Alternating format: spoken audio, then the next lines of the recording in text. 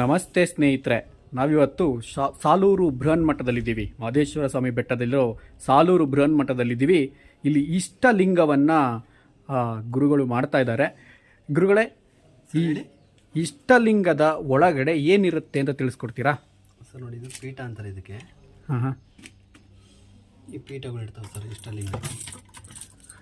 ಈ ಪೀಠಗಳು ಇಷ್ಟಲಿಂಗದ ಒಳಗಡೆ ಇರುತ್ತದೆ. ಇಷ್ಟಲಿಂಗ, ಹಾಂ, ಇದು ಇಷ್ಟಲಿಂಗದ ಪೂರ್ಣ.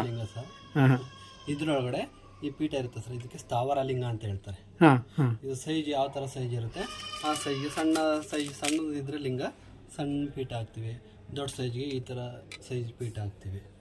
ಈ ಒಂದೊಂದು ಸೈಜ್ ಏನಿರುತ್ತೆ ಆ ಸೈಜ್ ತಕ್ಕನಾಗೆ ಅದನ್ನು ಹಾಕ್ತೀವಿ ಸರ್. ಅದ್ರ ಮೇಲ್ಗಡೆಗೆ ಇದಕ್ಕೆ ಅರಗು ಅಂತಾರೆ, ಚದುರಸ ಅಂತಾರೆ.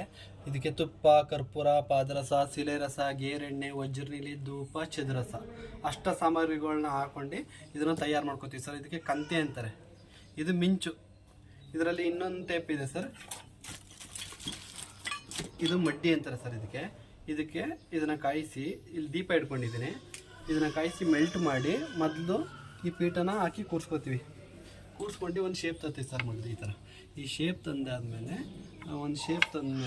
ತಿರ್ಗಿ ಅದ್ರ ಮೇಲೆ ಇದು ಮಿಂಚು ಅಂತೀವಲ್ಲ, ಇದನ್ನ ಅದ್ರ ಮೇಲೆ ಲೇಪನ ಮಾಡ್ತಿದ್ದೀನಿ. ಈಗ ಆಲ್ರೆಡಿ ಮಾಡ್ತಿದ್ದೀನಿ ಲೇಪನ, ಅದು ಮಾಡ್ತೀವಿ. ಅದು ಮಾಡಿದ್ಮೇಲೆ ಅದಕ್ಕೆ ಮುಖ ಮತ್ತು ಕಣ್ಣು ಅದೆಲ್ಲ ರೆಡಿ ಮಾಡಿ ಈ ಥರ ತಯಾರು ಮಾಡಿ ಇಡ್ತೀವಿ ಸರ್.